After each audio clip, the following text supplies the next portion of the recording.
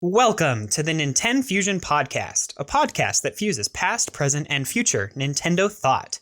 I'm David, accompanied by my friend Jordan. Today we're going to be talking about Metroid Prime, specifically Metroid Prime 4, most likely. We'll delve a bit into the backstory of the Prime series, and then talk about what we know about Prime 4 and end off with what we want from Prime 4. Yeah, it's going to be a really interesting discussion, especially since we love Metroid and we love Metroid Prime. Yeah, like our first episode was literally Metroid Dread. We are huge Metroid fans, so really excited about Prime 4. And it's been agonizing waiting in complete silence the last, 3 years since 2019 and 2 years before that. It's been 5 years. Yeah, 5 years since that initial announcement. It's absolutely bonkers. I don't know how we've managed to stave off our desire for Metroid Prime. Actually, I do know, and that's because we got Metroid Dread last year. Yeah, so like Metroid Dread and Samus Returns both definitely helped a lot. Specifically Dread, because that was a new game and was absolutely phenomenal. 10 out of 10. Yeah, and I mean, both of those games were wonderful. And if you want to hear more about us talking about Metroid Dread, go listen to our first episode of the podcast. We bring this up nearly every episode, but mostly because that's just how happy we are with Metroid Dread and how much we love the 2D Metroid series. But we're going to be talking about the 3D Metroid series with Metroid Prime. To give a little bit of context and background regarding Metroid Prime, the Prime games originally released on the GameCube and Wii. Metroid Prime 1 released on the GameCube in November 18th, 2002, and was a day apart from Metroid Fusion. So the last 2D Metroid game before Metroid Samus Returns was like almost the same day as Metroid Prime. So that's something interesting to think about. It kind of felt like that game, both games felt a bit sabotaged. It was largely because, I think Nintendo was just concerned that Metroid was taking such a huge departure with the Prime game that they didn't want to alienate their fans. They're like, don't worry. I know it's been a long time since Super Metroid, but we're still going to continue the 2D games. So I guess they were released on the same day to try and like make fans happier, but it would have been nice to just have them both like known about and have them have a space between their release windows. Because not every Metroid fan was able to pick up both on the same day. I mean, and I didn't pick up Metroid Prime 1 until much later afterwards, so I didn't get to experience that. But yeah, I didn't get either much later because I was pretty young when Prime came out. Right. I would have been 9, you were probably around 10 or so. Like, this is late elementary school for us. So quite a ways back. In fact, I remember playing Prime for the very first time on the GameCube at a friend's house shortly after it came out, and that got me hooked. Anyway, so that was Prime 1's release. 2 years after that, we got Metroid Prime 2 Echoes, which released on GameCube November 15th, 2004. So literally 2 years later, which honestly is very similar to how Ocarina of Time and Majora's Mask worked out. You know, Echoes is very much a like asset flip in a lot of ways. With you would think so, but Retro's said that it wasn't an asset flip. They redid all the assets. Well, good for them. And until recently, the fans had always thought that it was like the product of insane development crunch and just really bad like company practices. But Retro came out and said, no, like it was fine. Like everything just went right with the development of the game. Which that's really awesome for them that it just turned out like that, because Majora's Mask, which actually releases on eShop like tomorrow or something. Not eShop, the Nintendo Switch Online service. We won't talk about the eShop today. No, but it is very topical that we're talking about Metroid and Majora's Mask. But anyway, Majora's Mask was basically the opposite. Like Aonuma wanted to make a new Zelda game and Miyamoto's like, you have a year. So that's how Majora's Mask went out. But anyway, it's nice to hear that Prime 2 wasn't one of those. I honestly didn't know that. So happy to hear that. And then 3 years after that, on a whole new console, we managed to get Metroid Prime 3. So quite a ways later. I mean, 3 years is actually like nothing compared to a lot of release cycles nowadays. But yeah, it was a decent wait. It was also one of the games that like was used heavily in Wii promotional material. Yes. To like sell the concept of what the Wii would be like. Because they needed like an FPS sort of game to show like pointer controls in a shooter. Yeah, So exactly. we got to see quite a bit of Prime 3. And then, of course, like you're missing Prime Hunters in this list as well. But Oh, yeah. That was a DS game. And even though it's like part of it, Well, I don't really count it entirely. we'll talk about it later, but it's actually going to be one of the more consequential games, most likely for 4. Yeah. Surprisingly enough, despite being a spin-off game, which kind of makes it feel like to get into the next like game, it's going to require some extracurricular like reading or so, like because Get really comfortable with the Metroid Wiki or something, I guess. Yeah. Prime Hunters is a game. I love the Prime series. Prime Hunters is one you can probably skip if you haven't played through the Prime games. I've definitely skipped it, so. Oh, really? Yeah, I haven't played it. If you do want to play it, get it on the Wii Shop immediately. On the Wii U eShop. Because that's like, I think the Wii U version is the best way to play it. And yeah, because you get the dual screen action. Yeah, which unfortunately the Wii U eShop is ending next year. So there's not a lot of time left to pick up Prime Hunters. Guess I got to get it, just like I have to get all of the Pokemon Virtual Console titles as well. On the 3DS. But anyway, we're planning on talking about eShop stuff in a future episode because it's an important topic. But on top of all of those releases for Metroid Prime, we had Prime 1, Prime 2, Hunters, and Prime 3. We also got the Metroid Prime Trilogy, which released on the Wii. And that was 2 years after Prime 3 in August of 2009. And that was like a monumentous release for me, and for the series as a whole, I think. Because it ported all of the GameCube games and included Prime 3 in a $50 package with a steel case. Yeah, I feel like from most people I've talked to, this was the entry point into the Prime series for most people I've talked to. Yeah. It was just such a phenomenal deal. $50 for 3 phenomenal games. And it's not like Prime 3 was very old at that point. No, 2 years. And still being promoted heavily by Nintendo because it was their point and shoot FPS game for the Wii. Yeah, I remember getting 2 of these, 2 of the Steelbooks, like when it came out. And I remember it being like a pretty sought after collector's item until they eventually did a re-release with like a GameStop exclusive re-release a few years later. And now there's a lot more copies out there. But yeah, it was also interesting because I think it wasn't the first dual layered disc game on the Wii, but it was only possible because of the dual layered disc. That I believe Smash Brawl was the first one to do that with. Yeah, I think you're right on that. I think they specifically like designed it for Smash Brawl because of how big that game was.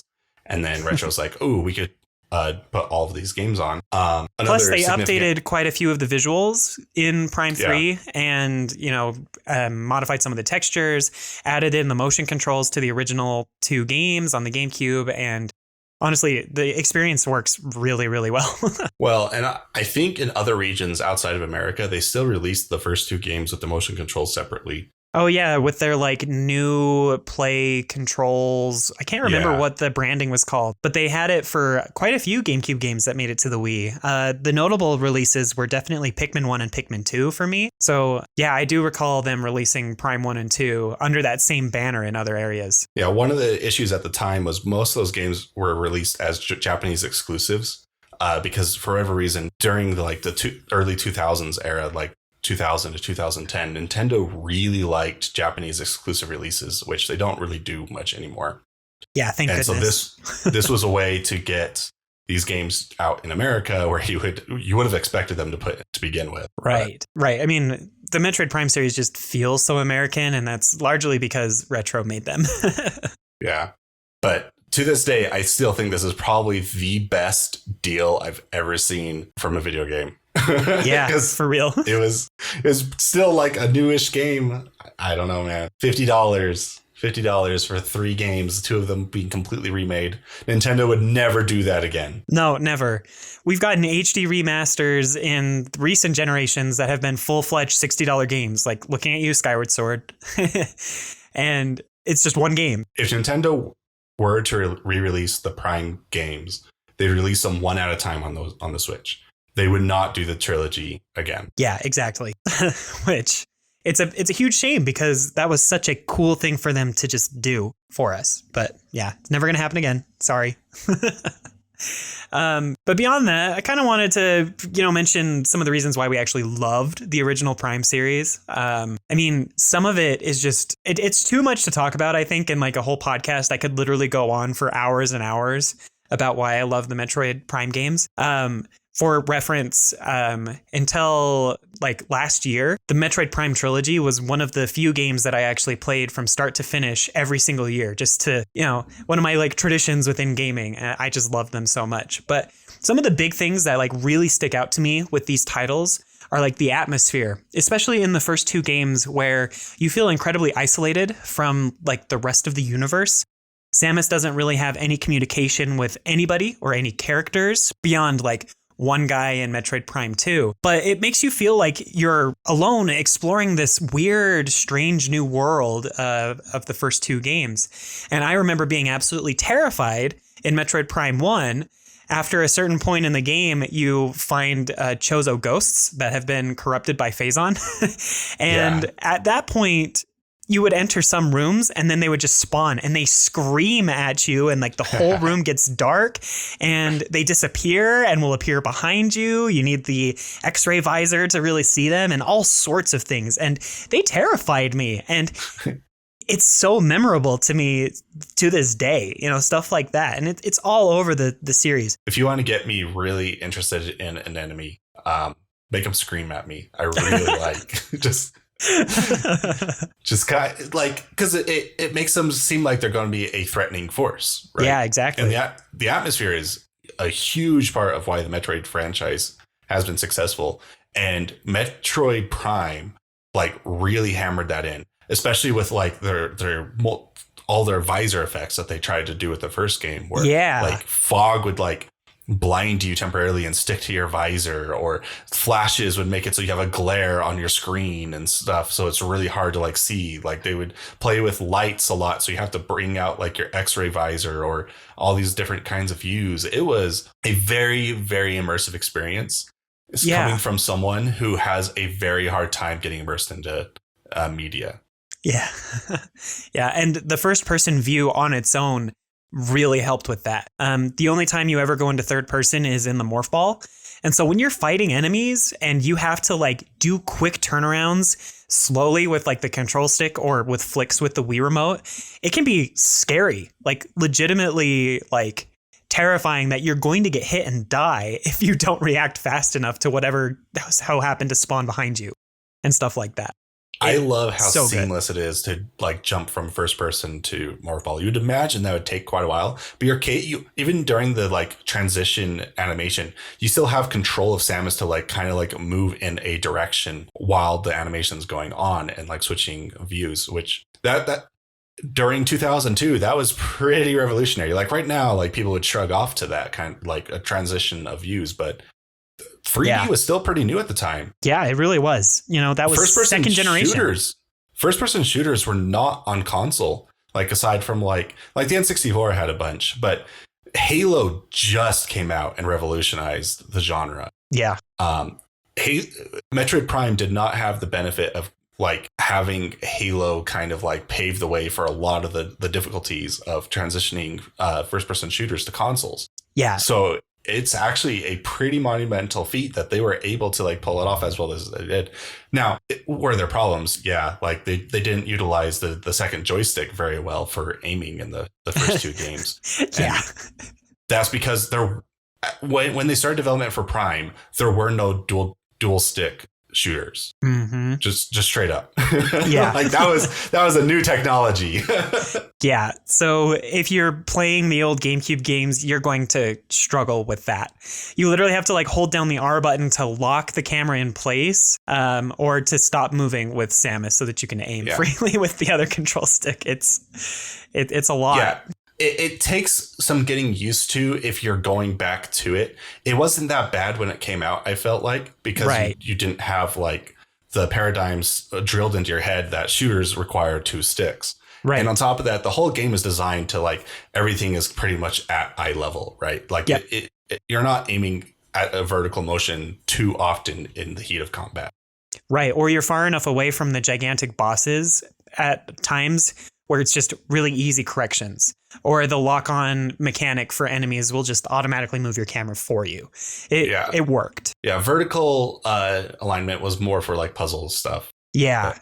Which at that point you take it slow anyway because you're trying to understand the moving pieces and all of that stuff that has to do with the puzzle solving itself. It's not super time sensitive except for a few puzzles. But it's really quite fun to look back on these games. And even though the controls were, they're dated now on the GameCube, if you play the Wii version with the actual pointer controls, it's really great. And honestly, I think it's one of the best uses of pointer controls that the Wii has ever seen.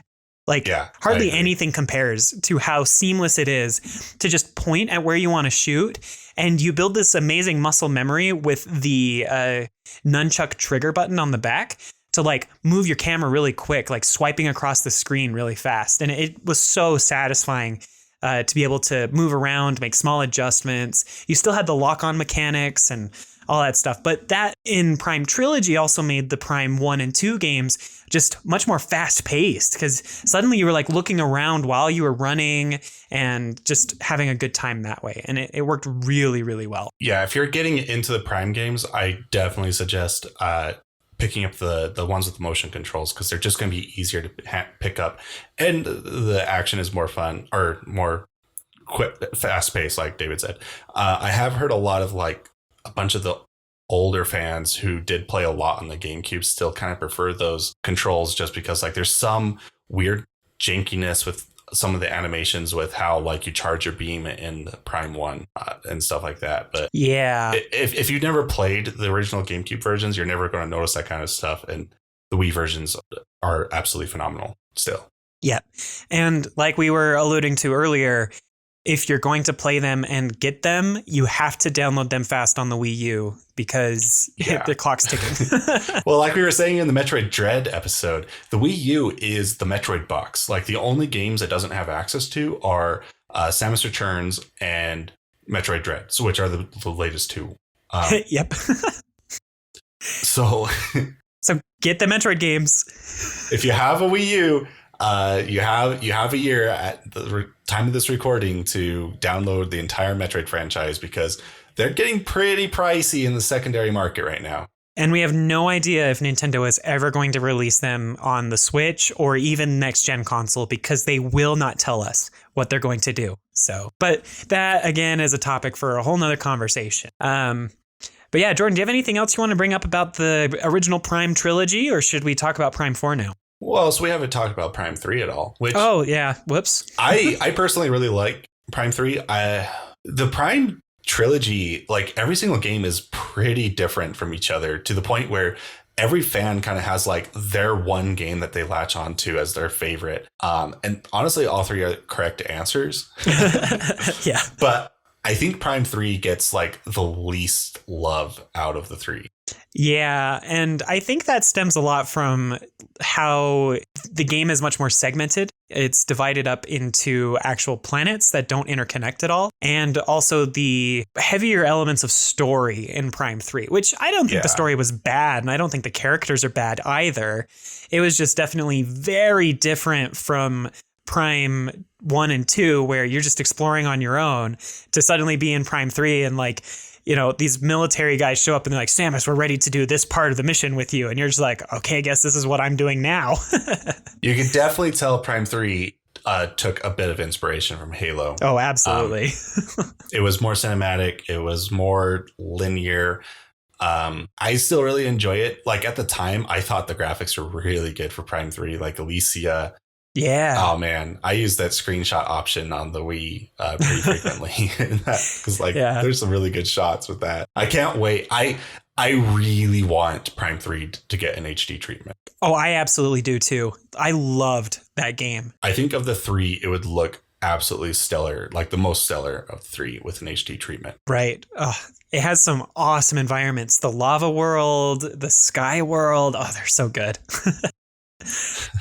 Yeah. But yeah, I really like the story. There's a lot of really fun lore dumps and stuff. I particularly really like the one on the fire planet where they talk about how like the Chozo come to this planet and they find like these lizard people who aren't really all that intelligent yet. So they uplift their intelligence and and then they just like leave.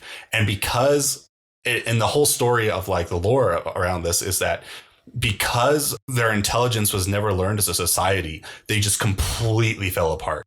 That's right. I remember that.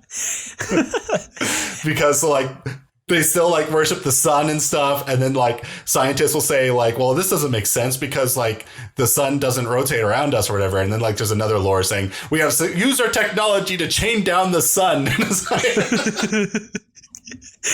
Yeah, it's so good. And that's one of the best things about the Prime Trilogy is you get all sorts of lore dumps if you're looking for them. Like they've got them everywhere. The scan visor is just so fun to just read about things. Like in Prime 1, you can scan little terminals from the space pirates and like learn about their scheduling and how they're all mad at each other or the research that they're doing. And then you get these crazy lore dumps like you get on Brio, the lava planet in 3, where it's just a whole world. It's like, this would make for like an interesting short story or a comic book or something. Yeah. That was still back when Chozo were pretty much a mystery too. Yeah. Definitely puts a big question on like, are there more Chozo tribes out there after Dread? Because I don't think that those Chozo had anything to do with the talent for or anything, right? Yeah, that's a good question. I don't know. There's a lot of lore bits that they can just give us in Prime, and it will honestly all kind of fit together as long as they don't overwrite anything too harshly. Did you want to talk about Hunters at all quickly? I mean, I've only really seen speedruns of it, so I know what it looks like, but I don't really have any opinions. I played a lot of Hunters. Yeah. All my friends had Hunters, and it was just a really good DS download play game to play on the bus on the way to school. Yeah. Out of everyone who's played Hunters in the world, I'm probably like in the upper percentile because it doesn't seem like a lot of people really like that game. And that's largely because the story is pretty repetitive. It's not too great. Yeah. I don't know. I would only play it kind of as like a novelty piece at this point. But it did introduce a bunch of new hunters to the lore of Metroid. And one of them is very important. And we'll talk about that soon enough. Yes, absolutely. Before we move on, though, Jordan, I did want to ask you, you mentioned that everyone has their favorite of the Prime Trilogy. Which one's yours? So my favorite is it's the first one. It's the first one for me. Third one would come very close if it was a bit less linear. I still love the second one, but the first one I feel like just kind of like hits every single thing you want out of a Prime game almost as high as you possibly could. It could go in every category. Yeah, I agree with that. I would rate Prime 1 as like the best of the trilogy, but my favorite is Echoes. I love Prime 2. And it's mostly just because the atmosphere is just so much darker, and I really love the vibe that planet gives, where the technology feels more organic in a lot of ways. And you've got like the cool dark world, light world split with the interconnecting puzzles. The music in that game is like really mysterious in a lot of places. And the Torvus Bog theme is a really awesome like reorchestration of I forget its name. It's the water theme from Super Metroid. And it's so good. Anyway, I love all three games, and I play through all three of them. I've probably played through all three of them in equal amount, maybe Prime 2 a little bit more than the other two, but yeah. I just love Prime 2. I would say the first one probably has the best map. The second one has the best atmosphere, and the third one has the best action. I can get behind that. Absolutely. Well, anyway, that's kind of a review of the Metroid Prime Trilogy from us. A bit of its history and what it means to us and what we enjoy. So now let's talk about Metroid Prime 4 and what we actually know is happening with the game.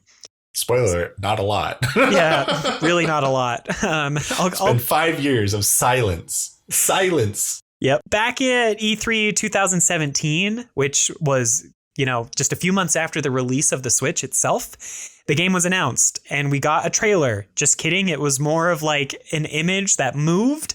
that was just a big 4 with like blue galaxy-y, Nova-y stars. And then it just expanded into the logo that said Metroid Prime 4. And it basically just said it was in development. And that's all we knew. We did find out later that it was under development by Bandai Namco Singapore. And Jordan, you had a little bit more information about that studio. Yeah, so Bandai Namco Singapore, they were behind, what was it? It was Star Wars 1313, which is supposed to be a Boba Fett game, which I believe was speculated to be heavily inspired by Prime to begin with, which would make sense why they would have been chosen. 1313 ended up getting canceled because of like all the like moving around of LucasArts with Disney buying them and Disney not being interested in making games anymore. So I guess they moved on to Prime, and unfortunately, I guess it didn't work out very well, which is a shame because out of all the studios to do it, that was probably one of the best picks for Nintendo to go with. Yeah. The best option, of course, being Retro, which is who it is now. Right.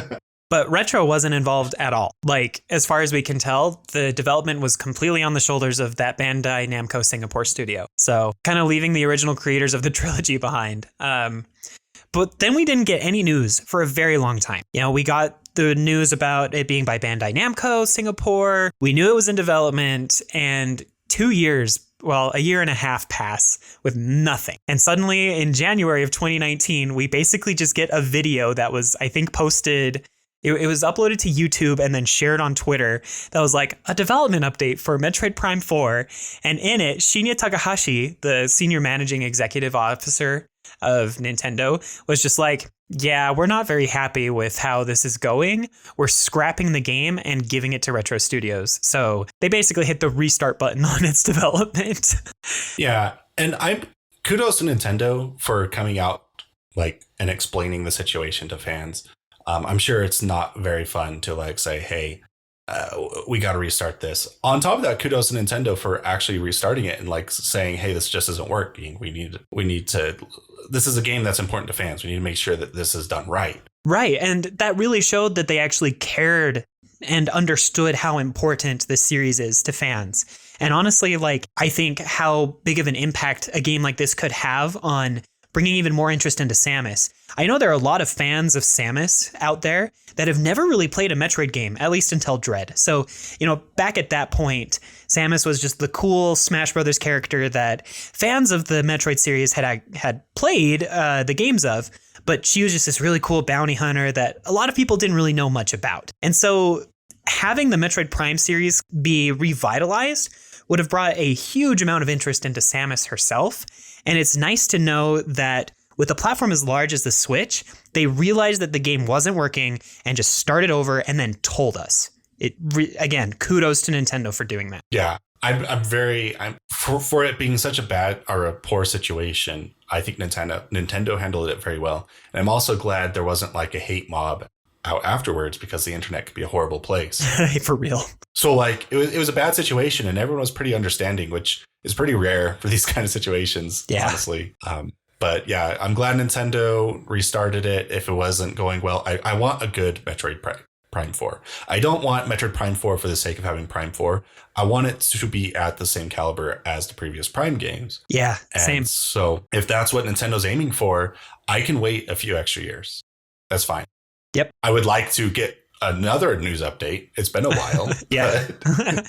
Anything, a new trailer or something, or concrete information, because we haven't seen anything since, except for last week. And Jordan, what happened last week? I was asleep when you sent that message to me. So Retro Studios posted on their Twitter a new banner picture, which is a new image of Samus in what looks like a hangar for like some spaceship. And there's a lot of lights and stuff to make it like distorted to see what's truly going on. From all the theories I've like read online, it's probably a spaceship hangar. The blue lights and like the spiky like architecture design probably hints towards it being Silex's space or docking port. And also some people have like noted some like discrepancies in the shadow of Samus, where like the arm cannon's on the wrong side of like the shadow, where it would be for Silex, and is a bit more blocky and square looking. Ooh, that's really cool. I hadn't seen any of that.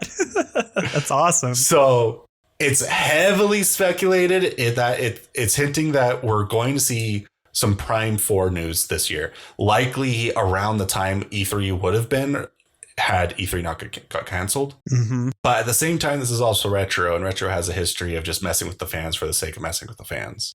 Yeah. So maybe it's nothing. Maybe it's nothing. Maybe it's everything. They're going to show us an unblurred version of it, and we'll be like, oh.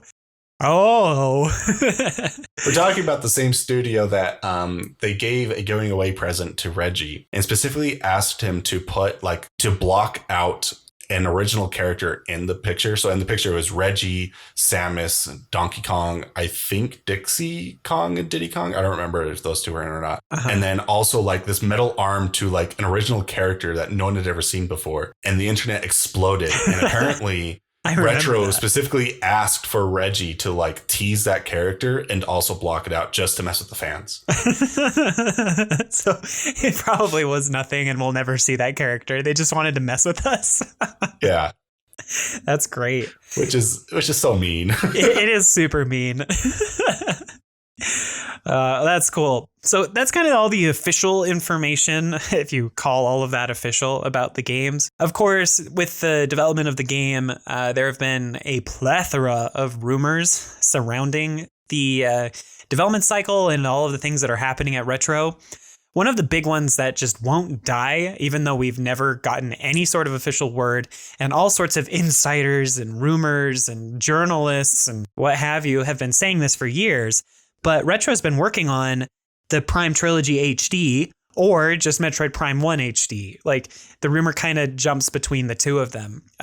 Yeah. So the rumor is that Retro had been working on these remakes in parallel to Prime 4 being made by Singapore. And when things weren't going right for Singapore, Nintendo then saw this engine that Retro was designing specifically for the HD remakes and was like, ooh, how about we use that engine that Retro has? And that's how like Retro ended up with the bid again for Prime 4. Because Retro, I love Retro. They've only ever released amazing games, but it's been a long time since their last game. Yeah, and they've lost a lot of the original talent that worked on the Prime Trilogy. So there's a bunch of concern with that. But I believe Nintendo and Retro want this to be a huge success. We're too deep into it for them to like completely just scrap it and just move on, I hope. Yeah, especially after the image that they posted. And yeah. A lot of people are saying that we're just going to get a Prime. Well, so originally started with we're getting the entire trilogy remade. And then it scaled down to just Prime 1, which is something I believe is a lot more possible. Like I said at the beginning of this podcast, we're never going to get as good of a deal as the Prime Trilogy, even if it's the Prime Trilogy a second time. Like Nintendo's just not going to do that.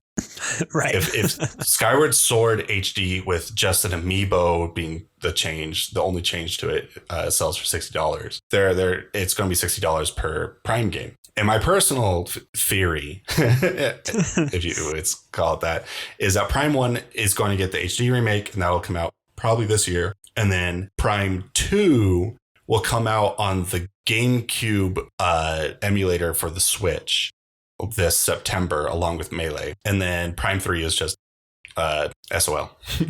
Nintendo has definitely been very focused on, well, the Switch market is so big and we know that our fans will pay anything to play any of these games again. So that just seems like the likely route that they'll take. But yeah, that's kind of all of the rumors that have really been circulating about the game itself. There really haven't been any like story details that have been leaked or anything that's really made the rounds on the internet about this game in particular. I mean, people are hoping and praying that the release date is this year or next year or as soon as possible, but there's really nothing to fully indicate when it's actually going to happen.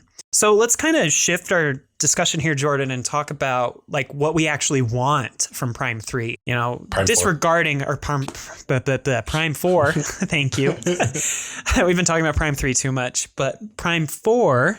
What we want from it, you know, disregarding like anything that we think might actually happen, but what we really want, what would make it a real Metroid game. Why don't you go ahead and, just kind of start on that? So obviously for it to be a Prime game, it has to continue the same like general play style of the Prime games. And I would prefer it to be closer to Prime 1 or Prime 2 than Prime 3. I love Prime 3, but I want it to be more open. We're in an age of open world games now, which wasn't really the case when the Prime games came out. Like, honestly, the most open world games at the time were Metroid themselves.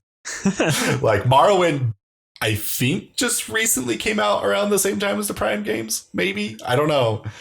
And we've had like a huge renaissance of open world adventure games. And I want the Prime games to stick to Metroidvania, but be very open about it, even more so than the first two Prime games. Does that make sense? Yeah, that makes sense. I don't know how large the world has to be, honestly. I think the size of Prime 1 and 2 is fine. Like, you don't want the world to be so large that it's exhaustive to go back and forth, because unlike other open-ish world games, Metroidvania has like this tendency to have a lot of backtracking in it, because the whole point is that you're supposed to like get a new upgrade and be like, ooh, that like allows me to do more options in this other area that I saw back before. And it's kind of like a puzzle mechanic to introduce you to something that you can't solve yet. And then you find out something that will help you to solve that problem from before. Whereas a lot of open world games, it's more of just, you see a thing, you go to the thing, you do the thing, and then you move on and never return to that spot again.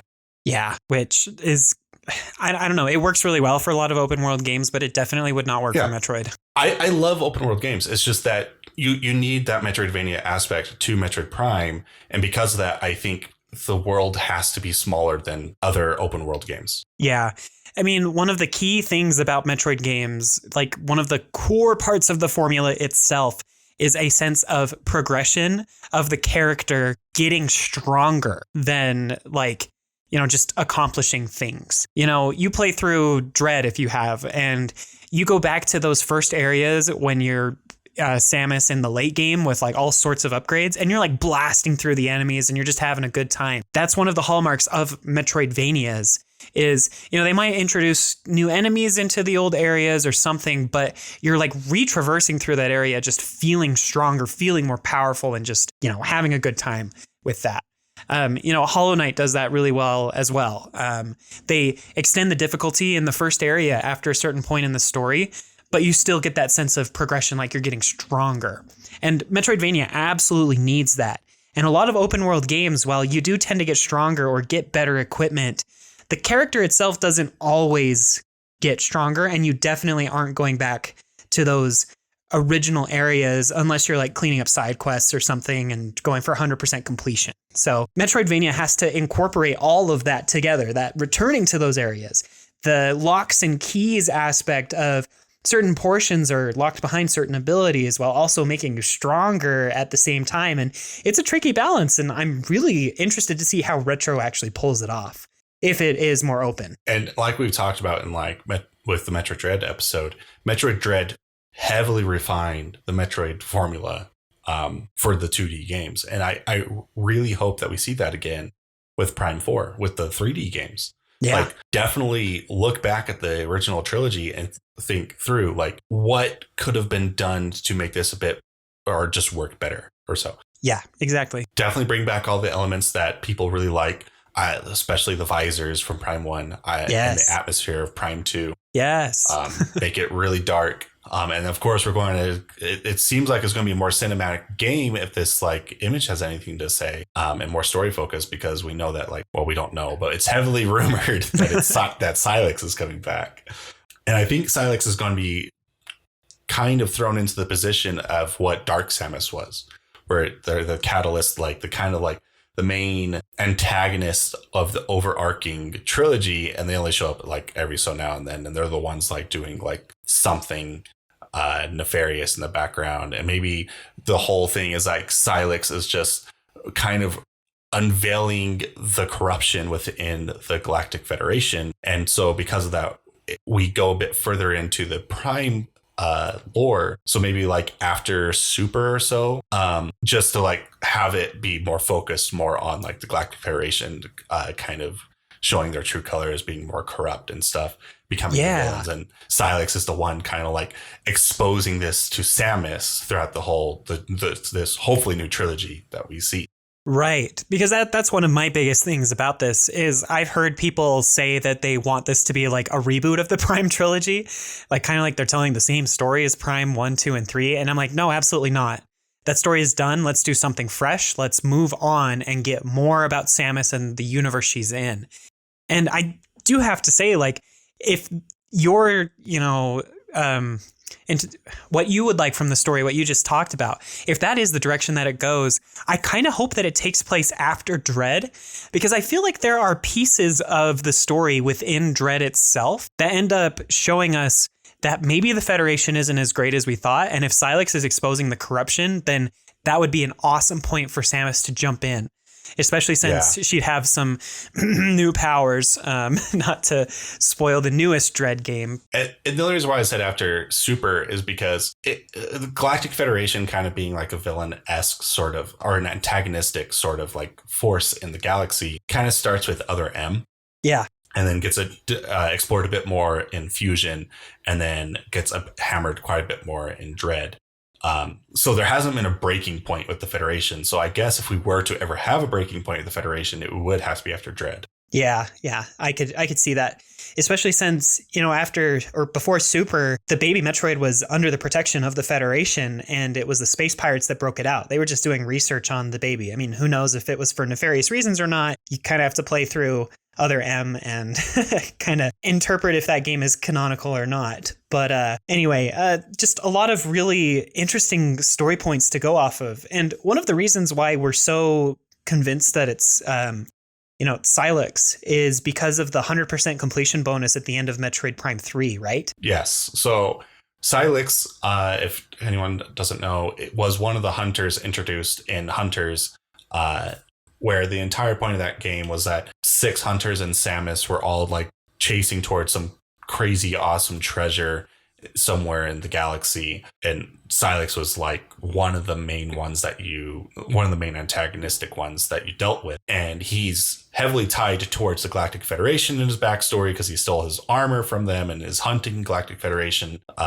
soldiers. And so at the end of Prime 3, we see a ship follow Samus. And it's never been confirmed, but it's heavily speculated that it is Silex, because if you're going to do a tease like that, it really needs to be someone that we already know about. And so that would either be Dark Samus or Silex. It doesn't really fit for anyone else. And I personally hope that Dark Samus is kind of done. Honestly, same. This is going to be one of my more controversial ones out of this. I don't want this to be called Prime 4. I want it to be kind of like a soft boot in the way to make it more accessible to new players to come in, where it signifies that it's a new trilogy. Yes, it's using the Prime gameplay style to it, but we're not dealing with the Metroid Prime anymore. We might not even be dealing with Metroids anymore. And the main antagonist is now Silex, who's heavily tied to the Galactic Federation. So I imagine they're going to be in at some point, and it's probably going to be at some other point in the trilogy, or not the trilogy, the storyline. And so I would like a completely new, fresh trilogy subtitle for this. I honestly really agree with that. I think that Prime carries that market value. It's easy to market, oh, this is another Prime game. But like if it's like Metroid Prime : and then some other new name, I'd also be fine with that. Yeah. But I really don't want this to continue the story of Prime 3, because that story wrapped up. We're done with the Metroid Prime. We're done with the Metroid Prime. We're done with Dark Samus. We're done with Phazon. It's pretty much done. Yeah. We literally kill the Metroid Prime at the end of Prime 3. Sorry to spoil a 12-year-old game. No, older. 15 years now. Excuse me, 15. But yeah, like it was called Metroid Prime because that was like the whole driving point was the Metroid Prime, a corrupted Metroid from the first game. Really hope that it's not about that story and that they really do that fresh new direction. But on top of those like story details and stuff, and making it super isolated, more open, have that awesome atmosphere, I just hope that the game is challenging and rewarding. A lot like Metroid Dread. I don't think they have to make it as hard as Dread was for a lot of newcomers. Maybe if they actually have like a difficulty option like the Prime Trilogy has. Don't make it so hard that you have to make like a beginner friendly mode as DLC. As DLC, later. Yeah. Like, I didn't really struggle with Dread. There were definitely some bosses that I had to do several times. I have some friends who really struggled with Dread. Oh, and I've seen lots of people struggle. So I think it's good to make it accessible because we want the Metroid series to flourish. Like, absolutely. All throughout Dread, we were just screaming to high heavens, this needs to get over 3 million cells because we want Metroid to keep going. And difficulty options are a good way to give you and me a difficult way to play the game. While still being accessible to someone who is interested in the franchise, but well, they're new, right? So you have to start somewhere. Right. And the Prime Trilogy, the re-release, added those options. Did the original 2 games have a normal and hard mode? I don't remember, honestly. I don't remember. I just remember that absolutely being an option in the trilogy. And once you beat each of the games, you unlock hyper mode. So enemies do more damage and you deal less. Very fun, very challenging, but very good. And I hope that they have those options from the beginning, being able to choose a more casual version if you just want to explore the world, solve the puzzles, get the story, and still have a fun time, or if you do want a combat challenge. And I think that they could really pull that off really well for a game like Metroid. Beyond that, I really hope that the game is gorgeous. The banner image is super promising. Like, if that was rendered in game, like, oh boy, we're in for a treat. Well, so I think it will look pretty gorgeous. There was one thing we didn't mention with what we know of Prime 4, and that's Tanabe. When the Wii U was basically being explored as a new console, Tanabe went to Nintendo and said, hey, I would like to do Prime 4. And Nintendo's like, okay, well, how much did it cost? And Tanabe had experience with like HD games at this point, whereas most people at Nintendo did not. So he gave them like a realistic budget for what he wanted from Prime 4. And Nintendo said, no, we can't do that. That's way too much money. And then Nintendo went through the experience of making games for the Wii U, realizing how expensive these kind of games kind of are, and then approved the project. So I imagine they went back to the project and they're like, oh, I guess Tanabe was pretty realistic with it, like with what he was claiming. So let's go ahead and do that then. Actually, he wasn't trying to take too much money out of us for this sort of thing. So I think Tanabe has a good idea of like what he wants out of this game, and he would not like budge on it being too cheaped out, is what I'm saying with Prime 4. That sounds really promising if all of that is how it went down. But yeah, I just hope that the game looks awesome. We mentioned earlier that we love the visuals in Prime 3, and it just looked awesome, especially on the Wii. And just anything that looks like that in HD is just going to be phenomenal. And I'm so excited for stuff like that. But that's kind of all I really want from the game. Is there anything else that we didn't quite talk about, Jordan? Well, isolation and atmosphere. Right. I do want it to be a singular connected world. I don't want 3 different worlds. Yeah. I want just one place to explore. We kind of touched that on. I want this to be a living, breathing world with lots of really interesting lore dumps that you can read through and get kind of short stories out of them. I would also like for more hunters than just Silex to show up. I don't need all the hunters from Prime Hunters. And in fact, I'd kind of want some additional new hunters to be brought in. Yeah. But if this were to become like a new trilogy, you can space them out between multiple games. Well, 4 hunters are dead, so... Oh, which ones are dead? Or, well, I mean, the ones that died in Prime... Prime 3. Prime 3 ones are dead. I don't want them coming back. No, they don't need to. They're dead. I would like to learn more about, like... Trace was my favorite hunter from the Prime Hunters. They're like this bug-like planet where they're colonist expansionists where... once you become of age, you need to go out and like conquer a world or something very Saiyan like from Dragon Ball Z. Cool. For the Empire, basically. And Trace is one of those. And I would like to see that as like a returning antagonistic force. Weevil was really cool. Weevil was a space pirate who fought Samus back in like, I don't know what point in the timeline, probably like the first Metroid game. where Samus basically cut him in half and left him for dead. Of course, as she is wont to do. And he was rescued and was given robotic legs that he then can detach from himself to create like a turret. That's cool. So I bring back Weevil, bring back Trace. I don't really care about the other three, but that would be so cool. And give me more hunters. I want more hunters. Maybe have some hunters that the Galactic Federation is like hiring to hunt down Samus. Dread ended with quite the cliffhanger. I don't know if we're supposed to be spoiling so much of Dread. Yeah, it's such a recent game that we probably shouldn't. Just imply that she's not really on great terms with the universe right now. Yeah.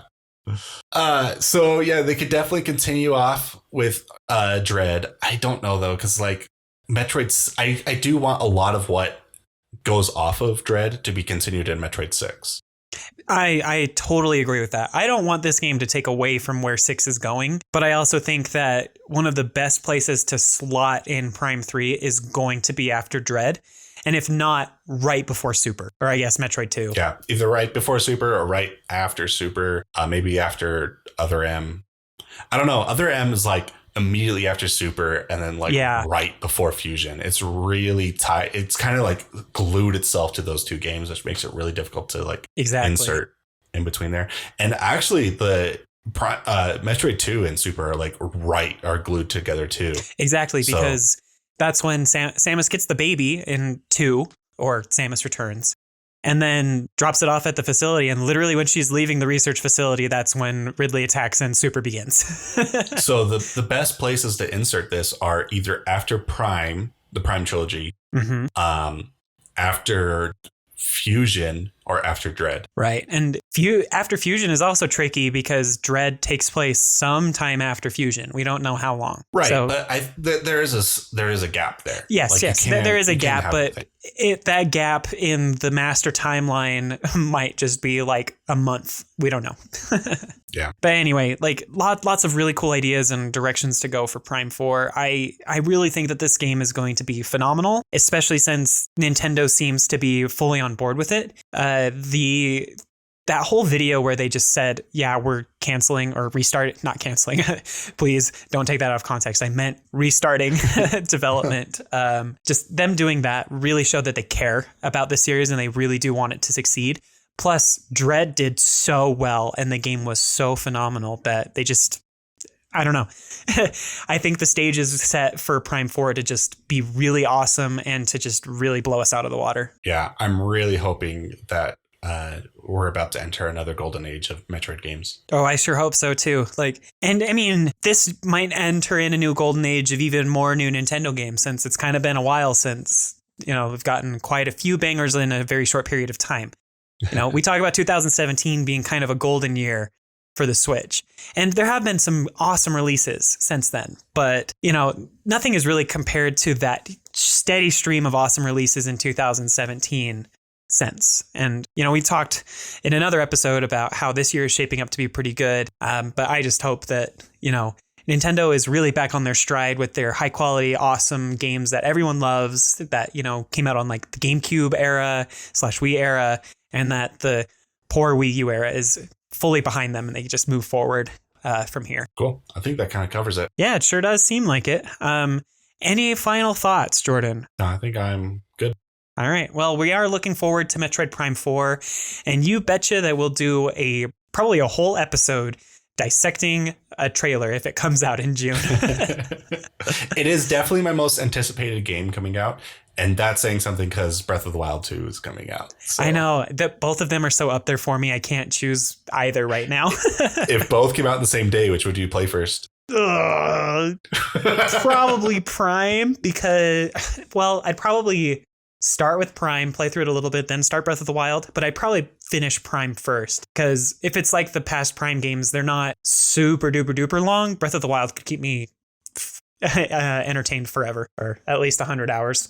Yeah, I would start with Prime and actually finish it before I start Breath of the Wild 2, actually. And I love Breath of the Wild, and I'm absolutely stoked for Breath of the Wild 2. It's just that it's been 15 years since Prime 3. So it just kind of takes higher priority in my mind. You've got a point there. I might do the same, but they're not going to release on the same day. They're not going to have you those say that, but sales they released conflicting. Fusion and Prime 1 on the same day. So, you know. Those are two different consoles. Well, maybe this will be two different consoles. Maybe. If Breath of the Wild 2 does end up being the Switch 2 release title. No, I'm saying, what if Prime 4 is the Switch 2 release title? Breath of the Wild 2 is not on the Switch 2. Why would they do Same that? day. Same day. No, you really have to choose. Oh, I don't know. That'd be so hard. Don't do that to me, Nintendo, please and thank you. Anyway, let's wrap up here. Again, we're super excited for Prime 4, but thanks so much for listening to this episode of the NintenFusion Podcast. We really appreciate you. Just as a reminder, the podcast is live on pretty much every platform. If you could just spare a moment of your time and leave us a review or comment on the YouTube upload of this podcast, give us a thumbs up, that kind of stuff, it would just really help get the show out there and show us some support so that we know that we're doing something right. Also, we've also got a Discord server, so if you want to come talk about Nintendo games with us, head to nintenfusion.com/discord. And you'll get an invite to the Discord, and it'll be really fun, and you'll talk about Nintendo stuff with us. But with all that said, thank you again for listening to this episode, and we'll catch you on the next one. Bye-bye. See ya.